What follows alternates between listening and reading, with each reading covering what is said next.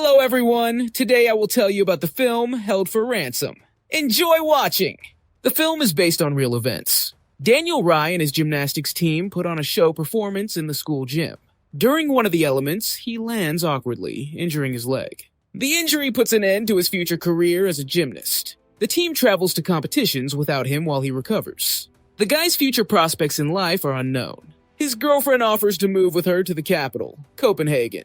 But he has dedicated his whole life to gymnastics, and he has no other skills. His older sister Anita is constantly interested in what he plans to do with his life. The hero decides to go with his girlfriend to the capital. At least there he can find use for his hobby, photography. After moving to the city, Daniel goes to an interview with a photographer. The photographer, without being distracted from a telephone conversation and looking through the portfolio, immediately hires the guy as an assistant. First of all, they go to Mogadishu, the capital of Somalia. Among the locals and their poor existence, Daniel has an epiphany.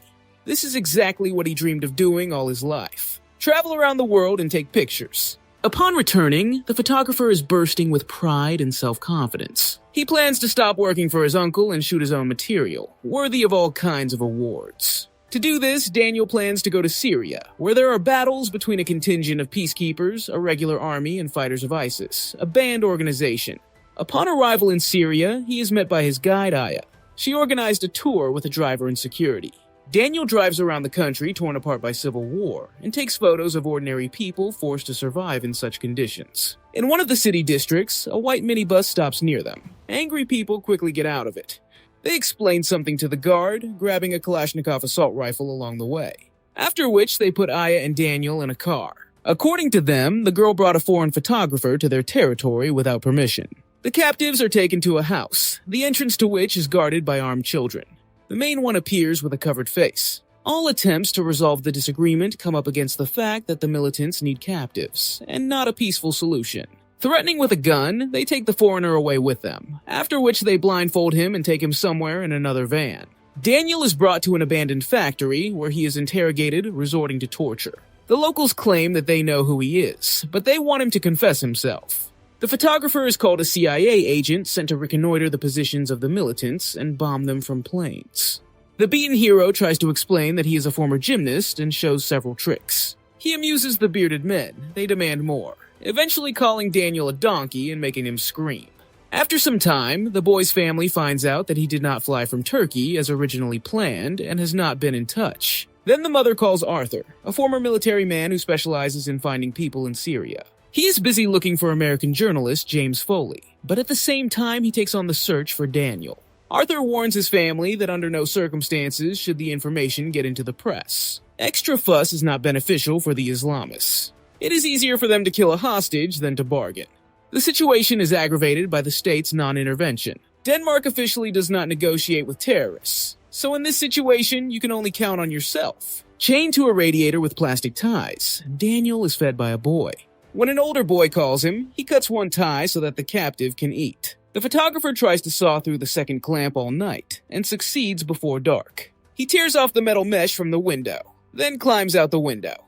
It is located on the second floor. Jumping, the prisoner again injures his leg.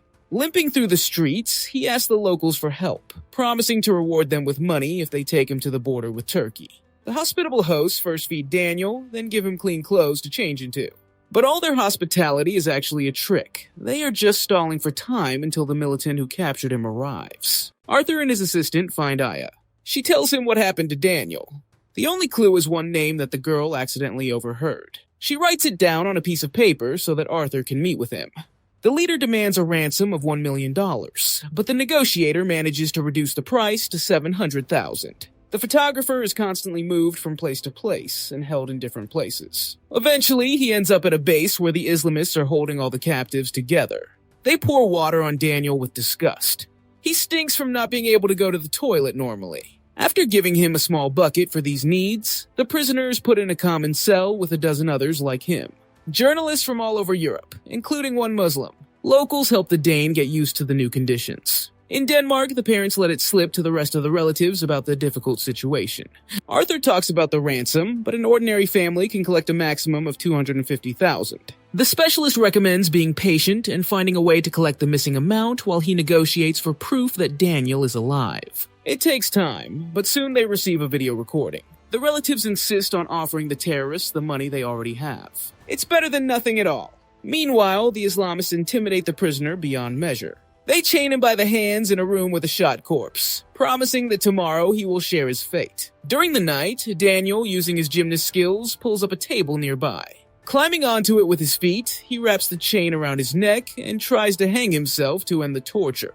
But the bearded men do not let him die. The father learns that the terrorists, offended by the proposed amount, have increased the ransom from $700,000 to 2 million euros, or 15 million Danish kroner. In order to have at least a chance to collect the required amount, Anita launches an anonymous collection of donations while maintaining complete information silence. The media must not find out anything.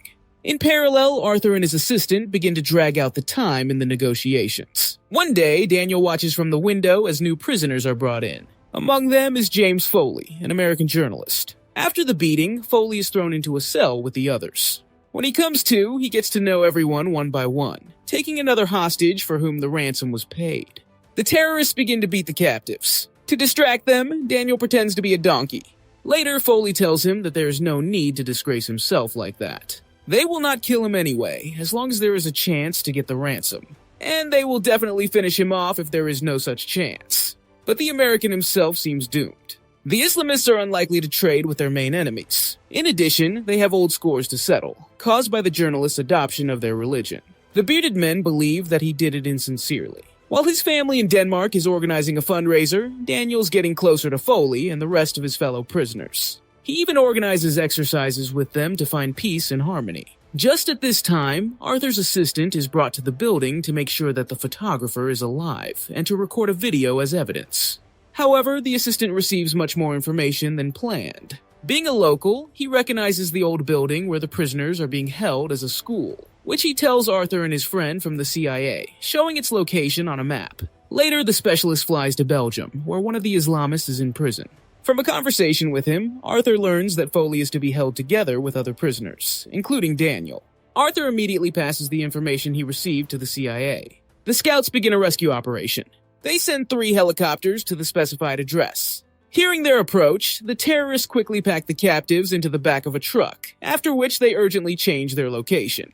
Daniel, who was lucky enough to be sitting on the edge, manages to see helicopters pouring machine gun fire over the building where they were being held. The CIA agent tells Arthur that they did not have time to free the hostages. The captives are transported to an abandoned oil refinery, where they are changed into orange uniforms. During the meal, Alexei snaps at Foley, claiming that he does not respect him and deliberately gave him a small tomato. The guards take him to the car, accusing the journalist of manipulation. Then the rest are put into the back of a truck and taken out into the desert, right to a huge hole in the sand.